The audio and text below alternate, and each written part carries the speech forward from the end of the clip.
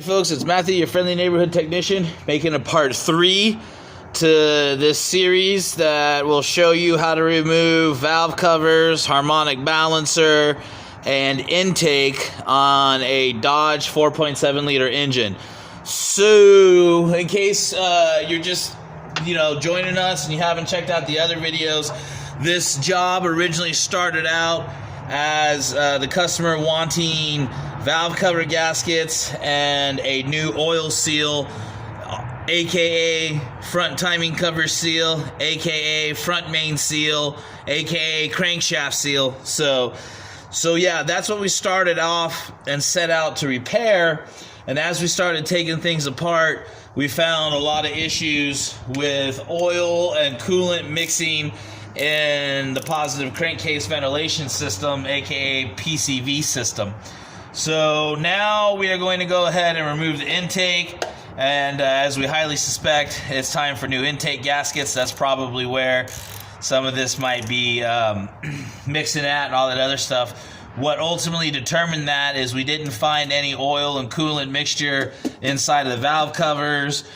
We didn't find any oil and coolant mixture on the dipstick. It doesn't, smoke a bunch of white smoke or anything like that while it's running. And so oftentimes when you see coolant and oil mixing in a PCV system, it is because it's time for intake gaskets. So now we're up to the point to where it is time to remove the intake.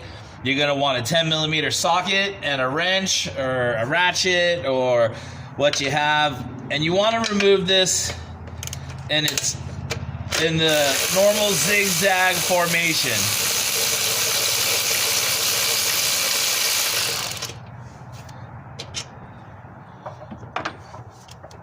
So we're going to start on this side here.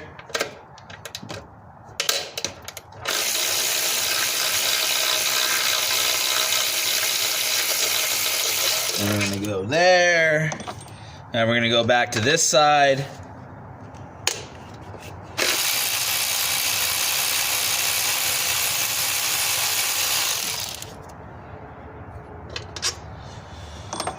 And then we're going to go to this side.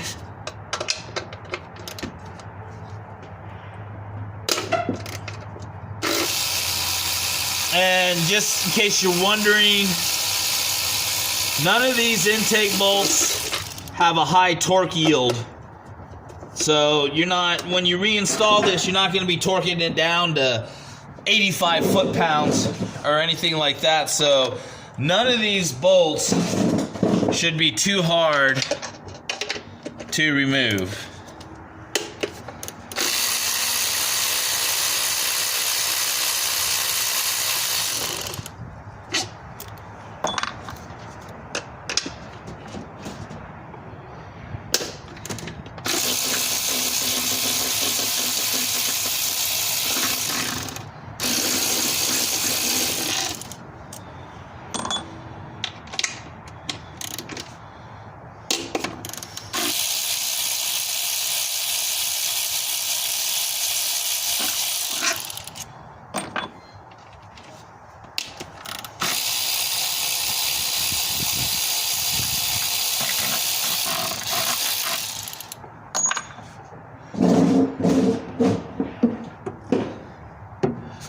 Alright, I'm going to go back here.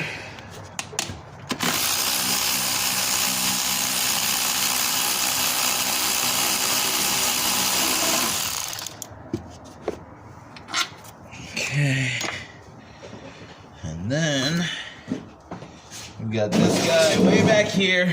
Now I actually went ahead and, oh no I didn't. So back here, you got some stuff in your way. This last back one, you're probably just going to want to grab a wrench for that one.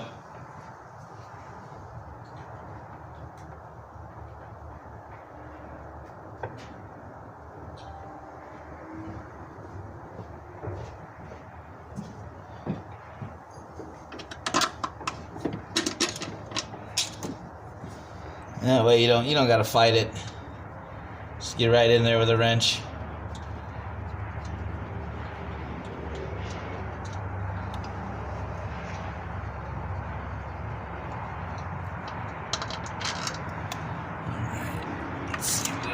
remove this.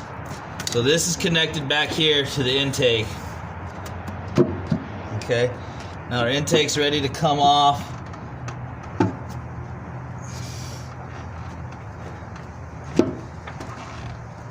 This is going to be stubborn to get off, but we need to get this off because it's going to just get in the way with everything. Come on.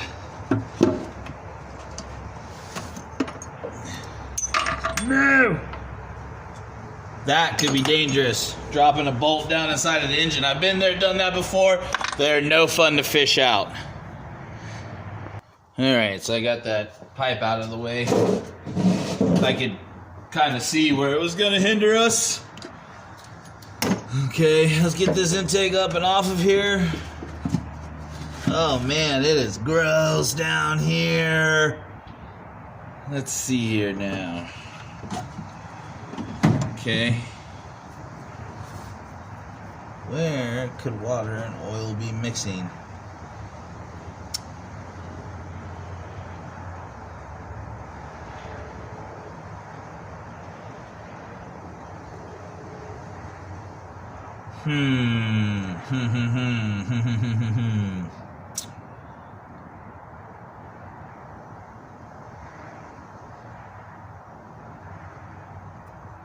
Well, I don't see too much evidence as to where water and oil could be mixing.